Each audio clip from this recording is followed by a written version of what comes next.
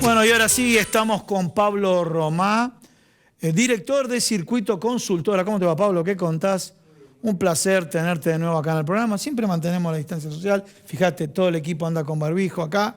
Muy bien. Pablo, bueno, tenés un dato sacado del horno. Apenas mandaste la información, dije, te tengo que traer acá al programa. Así que vamos con la primera placa. Es una encuesta que se hizo a fines de abril y Sí. ya la tenemos.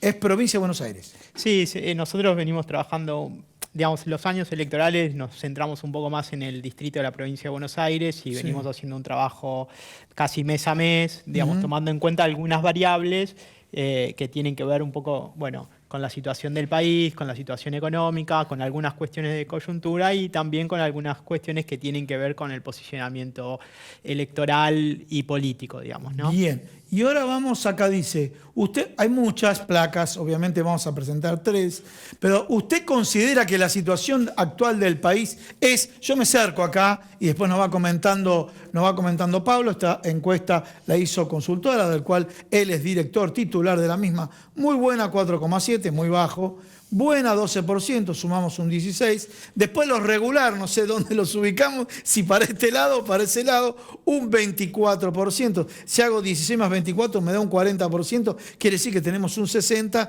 que está entre mala y muy mala, ¿no es cierto? Sí, acá está. Acá suma más o menos un 60. A ver, la primera reflexión con respecto a esto. Es interesante lo que vos planteás respecto al regular. Yo creo que el regular hoy uno podría entender como una situación más expectante, con una distancia en términos de la evaluación acerca del positivo o negativo de la gestión. Me parece que... Disculpame, el regular puede ser que dice, bueno, les tocó pandemia a estos muchachos y la base de comparación es compleja. ¿Puede ser eso? Sí, yo creo que tiene ese componente, digamos, y digamos, esto es interpretación, análisis, ¿no? En el sentido de, bueno, si bien las cosas no están tan mal, tampoco andan bien, digamos, ¿no? Entonces hay un sector... Sí, es una verdad pero grulla, ¿no?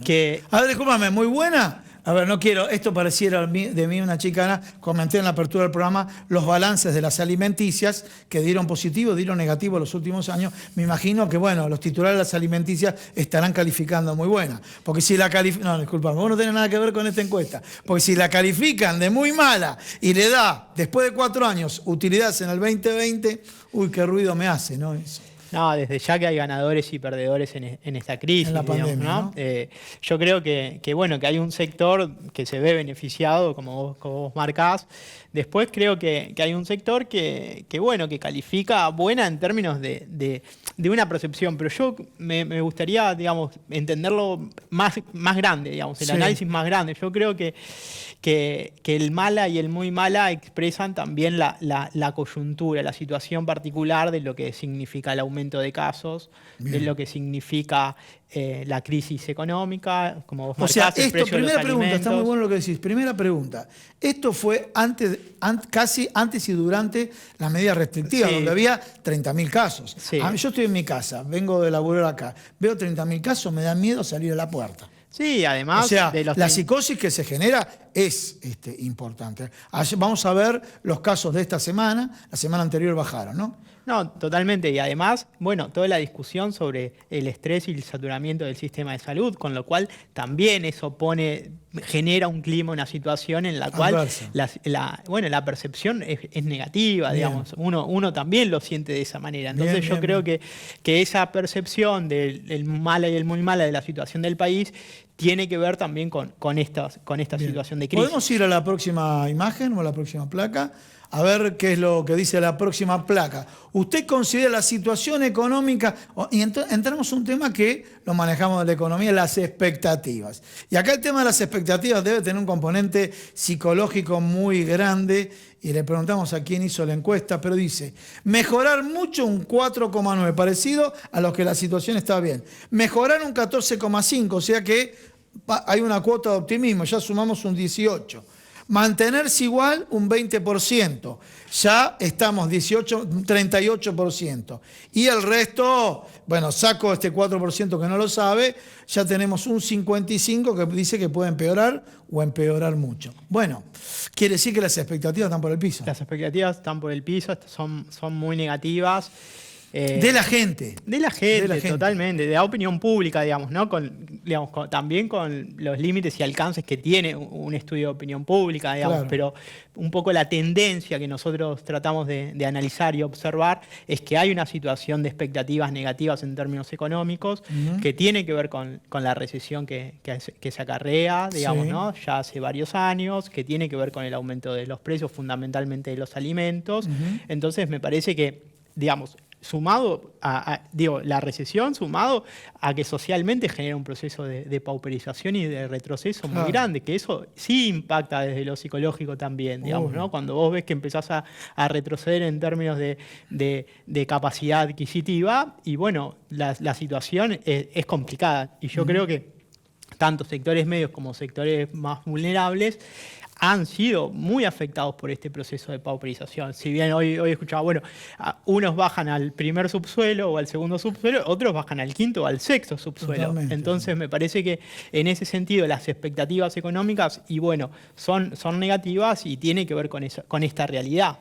Bien, y ahora vemos la próxima imagen, a ver qué nos muestra la próxima placa. Quiero aclararle a todos ustedes, son muchas y pedí, y me imagino, pobre Pablo, porque dice, Gustavo me hizo sintetizar y me apura, pero bueno, sabes muy bien, Pablo, lo que me gustaría estar en una charla 1 hora y escucharte 1 hora y no sintetizarlo todo en 7, 8 minutos o 10 que dura la entrevista. Y acá dice gráfico comparativo.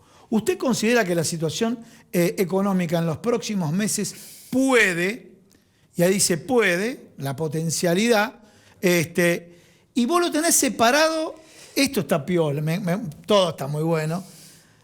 ¿Cómo Sí. piensa el que votaría al gobierno y el que votaría a la oposición? Sí, El que votaría al gobierno, ¿qué es lo que dice? Vamos con el celeste, si no me soy daltónico. ¿Qué es lo que dice? 54% dice que puede mejorar. Te agrego un dato económico más allá, objetivo, más allá de la encuesta que hiciste. Los datos de recaudación aumentaron y de actividad económica. Gastronomía muy mal. Obviamente, si tengo tengo conocidos, pero si tengo un familiar que vive de la gastronomía, obviamente está en una situación desastrosa. Turismo, una situación desastrosa. No me cabe la menor duda. Después entrará factores externos o internos dentro del país. Pero los que votarían al gobierno, el 54% dice que pueden mejorar, mientras que los que votarían... O sea, que hay un rango que vota la oposición y que dice que le ve una pequeña esperanza de que mejore.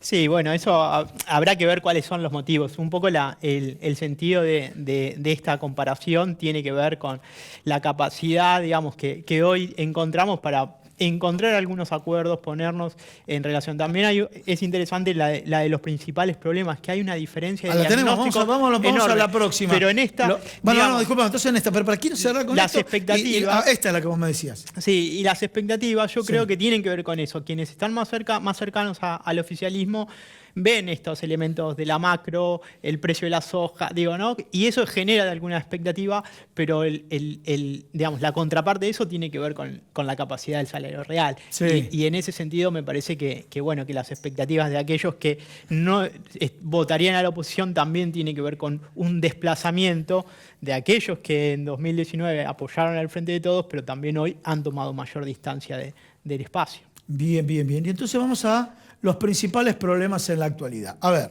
aumento de precios, 19,3. Desempleo, 9,9. Situación sanitaria, 24%.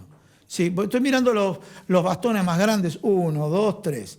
Corrupción, situación sanitaria y aumento de precios. Mirá, el mes anterior la situación sanitaria era casi 10 puntos porcentuales menos como principal problema, y el aumento de precios y el desempleo tenía casi 10 puntos más entre los dos, digamos, ¿no?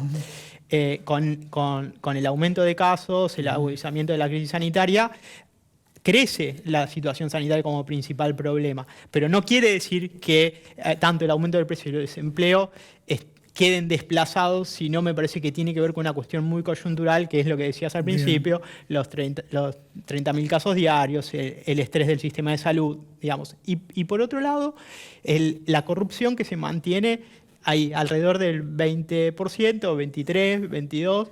Y cuando uno lo cruza por oficialismo y oposición, aquellos que están más cerca del oficialismo identifican como principal problema aumento de precios y desempleo. Y aquellos, oposición, corrupción. corrupción. Con lo cual también me parece que ahí en términos de la estrategia del consenso es muy difícil ponerse de acuerdo, digamos, Claro. sobre todo en un diagnóstico, ni siquiera en un aspecto propositivo, digamos. Claro, ¿no? claro.